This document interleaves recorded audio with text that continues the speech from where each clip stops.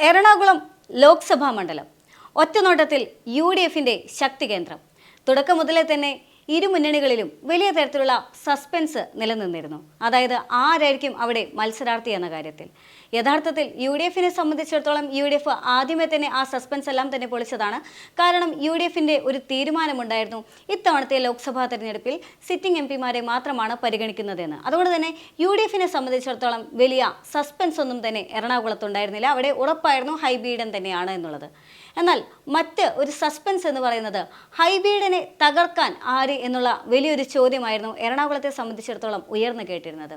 യഥാർത്ഥത്തിൽ ഇടതുമുന്നണിയെ വെച്ച് വിലയിരുത്തുകയാണെങ്കിൽ ഇടതുമുന്നണി അവരുടെ സ്ഥാനാർത്ഥിയെ സംബന്ധിക്കുന്ന ഒരു വിവരങ്ങളും തുടക്കത്തിൽ പുറത്തുവിട്ടിരുന്നില്ല.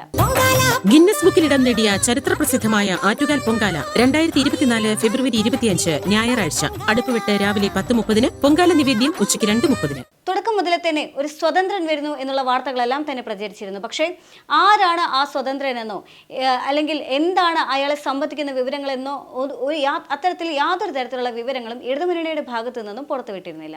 അതുകൊണ്ട് തന്നെ ആരാണ് ആ സ്വതന്ത്രൻ എന്നറിയാനുള്ള വലിയൊരു ആകാംക്ഷ ജനങ്ങൾക്ക് ഉണ്ടായിരുന്നു എന്നുള്ളതാണ് യാഥാർത്ഥ്യം. ഇനി BJPയുടെ കാര്യം എടുക്കുകയാണെങ്കിൽ BJP തുടക്കം മുതലേ തന്നെ സൂചന നൽകുന്നത് അവിടെ അനിൽ ആന്റണി മത്സരിക്കുമെന്നാണ്. കാരണം അനിൽ ആന്റണി എന്ന് പറയുന്ന വ്യക്തിയുടെ വലിയൊരു രാഷ്ട്രീയ പാരമ്പര്യം അത് യഥാർത്ഥത്തിൽ BJP മുതലെടുക്കാൻ ശ്രമിക്കും എന്നുള്ള വാർത്തകൾ വന്നിട്ടുണ്ടായിരുന്നു. അതേസമയം തന്നെ അനിൽ ആന്റണി എന്ന് പറയുന്ന വ്യക്തിയുടെ വ്യക്തിപ്രഭാവം അത് ഏറെ ഇണങ്ങുന്നതും അത് കൊച്ചി പോലുള്ള ഒരു സ്ഥലത്ത് തന്നെയാണ്, എറണാകുളം പോലുള്ള ഒരു മണ്ഡലത്തിൽ തന്നെയാണ് എന്നുള്ള വിലയിരുത്തലുകളും ഉണ്ടായിരുന്നു. അദ്ദേഹത്തിൻ്റെ സാങ്കേതിക പരിജ്ഞാനമാണെങ്കിലും അദ്ദേഹത്തിൻ്റെ യുവത്വമാണെങ്കിലും അത്തരത്തിൽ എല്ലാ ഘടകങ്ങൾക്കും ഒത്തിണങ്ങുന്ന ഒരു മണ്ഡലം തന്നെയായിരിക്കും എറണാകുളം എന്നുള്ള വിലയിരുത്തലുകളെല്ലാം തന്നെ വന്നിട്ടുണ്ടായിരുന്നു.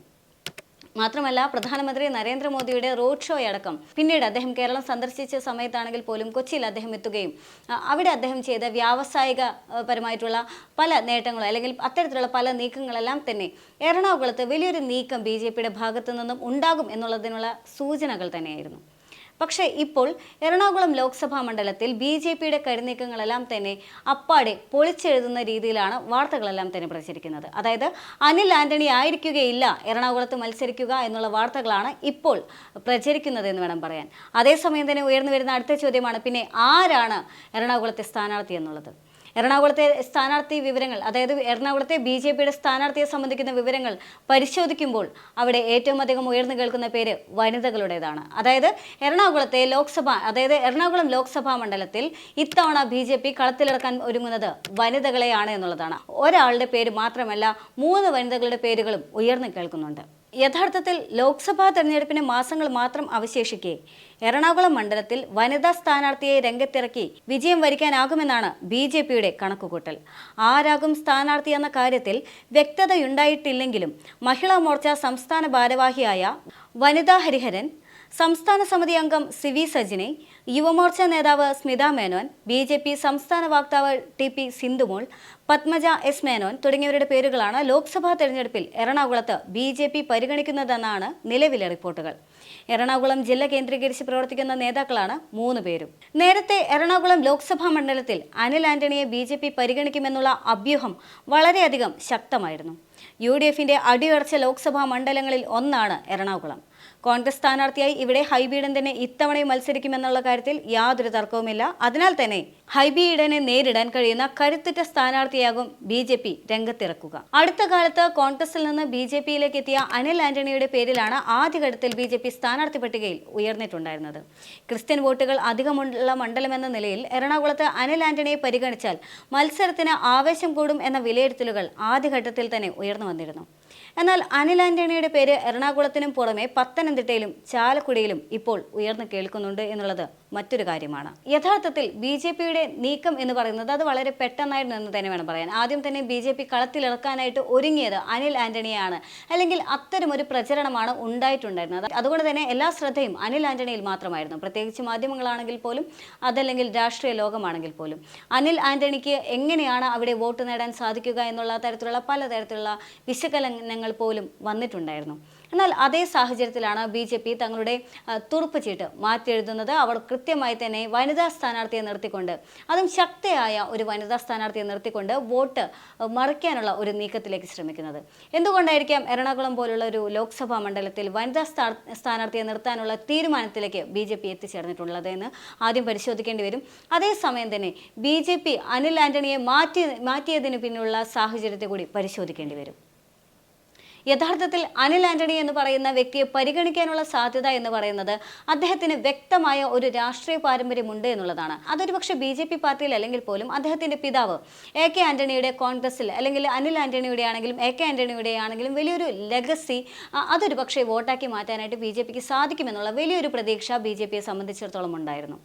യഥാർത്ഥത്തിൽ അത് കോൺഗ്രസിനെ തന്നെ തുറപ്പിച്ചിട്ടാണ്. ഈ ലെഗസി എല്ലാം തന്നെ ഒരു വോട്ടാക്കി മാറ്റുക എന്നുള്ള തന്ത്രം അത് കോൺഗ്രസിൽ എക്കാലത്തും കോൺഗ്രസ് പയറ്റുന്ന ഒരു തന്ത്രം തന്നെയാണ്. പക്ഷേ ഇത്തവണ അത്തരമൊരു നിരീക്ഷണത്തിലേക്ക് അല്ലെങ്കിൽ അത്തരമൊരു പരീക്ഷണത്തിലേക്ക് നീങ്ങിയത് BJP തന്നെയാണ്. അതുകൊണ്ട് തന്നെ അനിൽ ആന്റണിയെ മുൻനിർത്തിക്കൊണ്ട് അനിൽ ആന്റണിയുടെ ലെഗസിയും അതുപോലെ തന്നെ അദ്ദേഹത്തിൻ്റെ യുവത്വവും അദ്ദേഹത്തിൻ്റെ സാങ്കേതിക പരിജ്ഞാനവും ഇതെല്ലാം തന്നെ കൊച്ചി അഥവാ എറണാകുളം ലോക്സഭാ മണ്ഡലത്തിൽ വളരെയധികം വിറ്റുപോകുമെന്നുള്ള ഒരു ധാരണ BJPക്ക് ഉണ്ടായിരുന്നു എന്നുള്ളതാണ് ആദ്യത്തെ കണക്കുകൂട്ടൽ. അതേസമയം തന്നെ ഹൈബീഡൻ എന്ന് പറയുന്ന വ്യക്തി അത് യഥാർത്ഥത്തിൽ UDFനെ സംബന്ധിച്ചിടത്തോളം ഹൈബീഡന് പകരം വേറെ ആര് എന്നുള്ള ചിന്തയിലേക്ക് UDFന് പോകേണ്ടാത്ത അല്ലെങ്കിൽ അത്തരമൊരു നീക്കത്തിന് കോൺഗ്രസിനെ മുതിരേണ്ട ആവശ്യമില്ല എന്നുള്ളതാണ് ഹൈബീഡന്റെ സവിശേഷത. മാത്രമല്ല എറണാകുളം ലോക്സഭാ മണ്ഡലത്തെ സംബന്ധിച്ചിടത്തോളം 16 തവണ അവിടെ വോട്ട് അല്ലെങ്കിൽ തെരഞ്ഞെടുപ്പ് നടന്നിട്ടുണ്ടെങ്കിൽ 13 തവണകളിലും UDFന് തന്നെയാണ് നേട്ടം വന്നിട്ടുള്ളത് എന്നുള്ളതാണ് അതിൻ്റെ ഏറ്റവും വലിയ സവിശേഷത എന്ന് പറയുന്നത്. പലപ്പോഴും ഈ റെക്കോർഡുകൾ മാറ്റിമറിക്കാനായിട്ട് LDFന്റെ ഭാഗത്തു നിന്ന് നീക്കങ്ങൾ ഉണ്ടായിട്ടുണ്ടെങ്കിൽ പോലും അപ്പോഴെല്ലാം തന്നെ വളരെ മോശപ്പെട്ട നിലയിലേക്ക് CPMന് താഴേണ്ടി വന്നിട്ടുണ്ട് എന്നുള്ളതാണ് മറ്റൊരു യാഥാർത്ഥ്യം എന്ന് പറയുന്നത്. എന്നാൽ അതേസമയം തന്നെ സെബാസ്റ്റ്യൻ പോളിനെല്ലാം തന്നെ വലിയ തരത്തിൽ അവിടെ ഒരു മുന്നേറ്റം ഉണ്ടാക്കാൻ സാധിക്കുമെന്നുള്ള പ്രതീക്ഷകളുണ്ടായിരുന്നു. എന്നാൽ അതേസമയം തന്നെയാണ് LDF നിന്നും കഴിഞ്ഞ ദിവസങ്ങളെല്ലാം തന്നെ വാർത്ത പുറത്ത് വന്നിട്ടുണ്ടായിരുന്നത്. LDF നിന്നുള്ള മത്സര സ്ഥാനാർത്ഥി എന്ന് പറയുന്നത് അതൊരു പക്ഷേ KV തോമസിന്റെ മകളായിരിക്കാം എന്നുള്ള വാർത്തകളെല്ലാം തന്നെ പുറത്ത് വന്നിട്ടുണ്ടായിരുന്നു. കാരണം കൃത്യമായ ആ ഒരു സാമുദായിക വോട്ടിൻ്റെ ശേഖരണത്തിനും അതുപോലെ തന്നെ KV തോമസ് അവിടെ എറണാകുളം ലോക്സഭാ മണ്ഡലത്തിൽ മുൻപേ അവിടെ മത്സരിച്ച് വിജയിച്ചൊരു വ്യക്തിയാണ് എന്നുള്ള വലിയൊരു നേട്ടവും ഇതെല്ലാം തന്നെ ഉയർത്തിപ്പിടിച്ചുകൊണ്ട് KV തോമസ് മത്സരിക്കാത്ത സാഹചര്യത്തിൽ അദ്ദേഹത്തിൻ്റെ മകളെ തന്നെ കളത്തിലിറക്കാനുള്ള ഒരു നീക്കം LDFന്റെ ഭാഗത്തു നിന്നും ഉണ്ട് എന്നുള്ള വാർത്തകളെല്ലാം തന്നെ പ്രചരിച്ചിരുന്നു.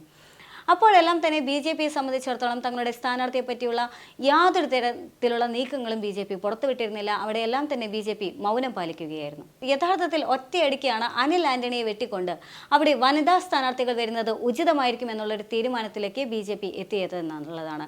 പ്രത്യേകിച്ചും BJP ഇത്തവണ കേരളത്തിൽ ഇറക്കിയിട്ടുള്ള തന്ത്രങ്ങളിൽ ഏറ്റവും പ്രധാനപ്പെട്ടത് എന്ന് പറയുന്നത് അത് സ്ത്രീകളെ മുന്നോട്ട് കൊണ്ടുവരിക എന്നുള്ള വലിയൊരു അജണ്ട തന്നെയാണ് എന്ന് കാണാം. കാരണം തൃശ്ശൂർ തേക്കുംകാട് മൈതാനത്ത് പ്രധാനമന്ത്രി നരേന്ദ്രമോദി എത്തിയ സമയത്ത് അത് വലിയ തരത്തിലുള്ള പ്രചാരണമാക്കി മാറ്റിയത് അത് 2 ലക്ഷത്തോളം വനിതകളെ പങ്കെടുപ്പിച്ചുകൊണ്ട് നാരി ശക്തി എന്ന് പറയുന്ന വലിയൊരു ക്യാമ്പയിൻ നടത്താൻ തന്നെ BJPക്ക് സാധിച്ചിട്ടുണ്ട്. യഥാർത്ഥത്തിൽ BJPക്ക് അത്തരത്തിലെല്ലാം തന്നെ വനിതകളെ മുൻനിർത്തിക്കൊണ്ടുള്ള ഒരു വികസനമാണ് അല്ലെങ്കിൽ അത്തരം ഒരു പോരാട്ടമാണ് തങ്ങൾ ലക്ഷ്യമിടുന്നതെന്ന് BJP അന്നു മുതലേ തന്നെ പറഞ്ഞു തുടങ്ങിയതാണ്. അതായത് തങ്ങളുടെ രാഷ്ട്രീയ അജണ്ടകളെല്ലാം തന്നെ മാറ്റിവെച്ചുകൊണ്ട് സ്ത്രീകളെ മുൻനിർത്തിക്കൊണ്ടുള്ള ഒരു വലിയൊരു പോരാട്ടം. യഥാർത്ഥത്തിൽ BJP ഒരു പക്ഷേ ഉദ്ദേശിക്കുന്നതും എറണാകുളത്ത് അത്തരത്തിലുള്ള ഒരു പോരാട്ടം തന്നെയാണ്. ശക്തരായ കരുത്തുള്ള നല്ല വനിതകളെ കളത്തിലിറക്കുക എന്നുള്ളത് അത്തരമൊരു നീക്കത്തിൻ്റെ ഉദാഹരണമാണ് അല്ലെങ്കിൽ അത്തരമൊരു നീക്കത്തിൻ്റെ സൂചനകളാണ് ഇപ്പോൾ പുറത്തു വന്ന ഈ വാർത്ത എന്ന് പറയുന്നത്. ഒരുപക്ഷെ BJPയെ സംബന്ധിച്ചിടത്തോളം അവിടെ വനിതാ സ്ഥാനാർത്ഥി ആരാണ് എന്നുള്ള കാര്യത്തിൽ ഇതുവരെയും തീരുമാനമായിട്ടില്ല. പക്ഷേ BJPയുടെ പരിഗണനാ ലിസ്റ്റിൽ ഒരുപാട് പേരുകളുണ്ട് എന്നുള്ളത് വ്യക്തമാണ്. വനിതാ ഹരിഹരനാണെങ്കിലും സംസ്ഥാന സമിതി അംഗമായിട്ടുള്ള CV സജിനി ആണെങ്കിലും ഇനി സ്മിത മേനോനാണെങ്കിലും അതുപോലെ തന്നെ TP സിന്ധുമോളാണെങ്കിലും പത്മജ S മേനോനാണെങ്കിലും ഇവരെല്ലാം തന്നെ യഥാർത്ഥത്തിൽ എറണാകുളത്തെ ലോക്സഭാ മണ്ഡലത്തിൽ അല്ലെങ്കിൽ കൊച്ചിയിൽ തന്നെ തങ്ങളുടെ കഴിവ് തെളിയിച്ച അല്ലെങ്കിൽ തങ്ങളുടെ പ്രവർത്തന മണ്ഡലങ്ങളിലെല്ലാം തന്നെ മികവ് തെളിയിച്ച പ്രതിഭകളാണ് എന്ന കാര്യത്തിൽ യാതൊരു തരത്തിലുള്ള തർക്കവുമില്ല. ഇവരിൽ ആര് എന്നുള്ള ചോദ്യത്തിന് മാത്രമാണ് ഇനി BJPയുടെ ഭാഗത്തു നിന്നും ഒരു ഔദ്യോഗികമായിട്ടുള്ള വിശദീകരണത്തിൻ്റെ ആവശ്യമുള്ളത്.